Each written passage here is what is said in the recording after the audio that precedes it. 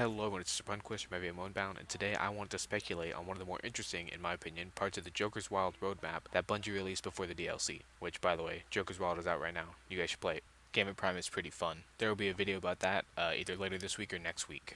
But anyways, on the roadmap, in between a new Game Prime map and an unknown event, there's a tiny little square that says, just plainly, nothing else, Arc Week. And for some reason that really caught my attention when I saw it. So I started thinking, what could Arc Week possibly be? And I thought of three possible ideas, ranging from believable to something someone would only think of if they're drinking too many Queen's Foils. I'm going to start with the more plausible one first. So my first idea had Arc Week just being a normal weekly reset, but with Arc modifiers in every activity, and bonuses to using Arc subclasses. So for example, if you run Arc Strider, you get more Orbs of Light per use and do more damage to enemies. I also thought this idea would be a good time to reintroduce Arc Burn. Not Singe, not Sear, Burn. Well, this would kind of be a letdown.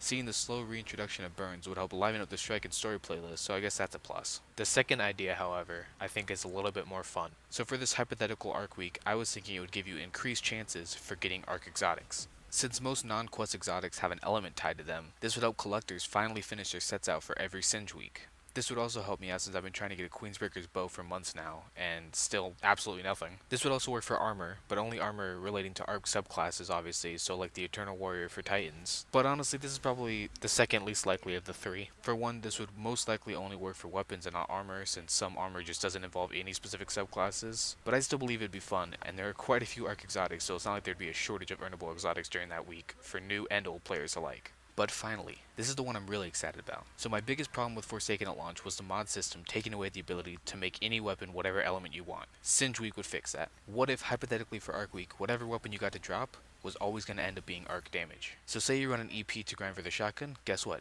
Every time you get that shotgun, it's going to drop arc for that specific week. This theory kind of goes hand in hand with the fact that when I checked the EP schedule, which I'll link in the description, the week of April 9th, aka Arc Week, had all three weapons dropping. So this would mean that if you grinded whatever Singe Week you were looking for, you could finally have the element you want on your weapons again without Bungie having to screw with the mod tab. Now, do I think this is actually what Arc Week will be?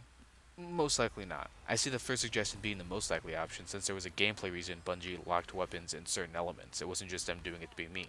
My only hope for Singe Week being what I want it to be is that since they nerfed the shotguns, they might be a little bit more lenient to making it whatever element you want again, since a Void EP shotgun will not be as powerful as it was back in Warmind, but we'll just have to wait and see when Arc Week actually launches. And whatever Arc Week ends up being, I just hope it's fun and entertaining and can happen often, hopefully with other burns too, like Iron Banner, to hopefully keep Destiny feeling new every week like they've been promising since Destiny 1 basically. And if there's one thing Destiny's always had a problem with, it's having monthly content. So along with this and Iron Banner and eventually Trials, I'm sure, for the weekends, hopefully we can really get a good system going in Destiny going into whatever the next thing that comes out in September is going to be.